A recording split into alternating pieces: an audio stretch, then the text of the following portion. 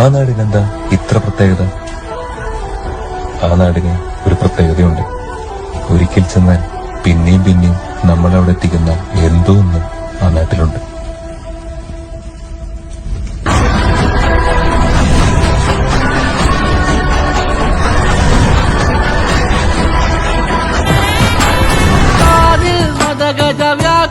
വ്യാഘ്രോടകളിലകെ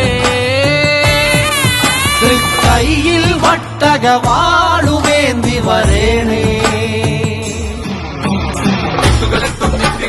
ചെമ്പഴതാളത്തിൽ ഭദ്രേ സുന്ദര രൂപേ തിരുരൂപം പ്രവതരിയുമ്പോൾ